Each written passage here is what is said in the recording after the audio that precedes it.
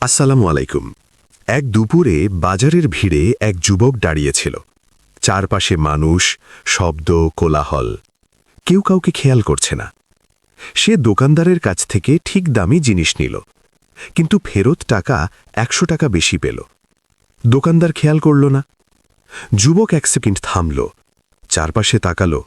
কেউ দেখছে না, কেউ জানছে না।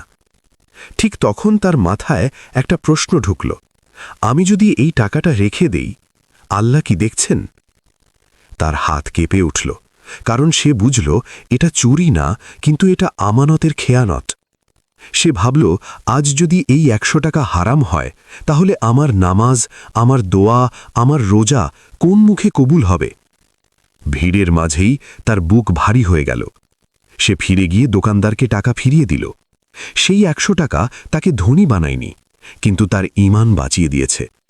কারণ ভয়ঙ্কর সত্যটা হল, আল্লাহ শুধু বড় গুনাহ দেখেন না, ছোট চুপচাপ ভুলগুলাও দেখেন। যদি এই কথাটা তোমাকে ১ সেকেন্ডের জন্যেও থামায়, তাহলে এটাই ছিল এই ভিডিওর উদ্দেশ্য। এমন বাস্তব সত্য পেতে সাবস্ক্রাইব করো ইসলামিক 7, আর বিশ্বাসটা আজ থেকেই বাঁচাও।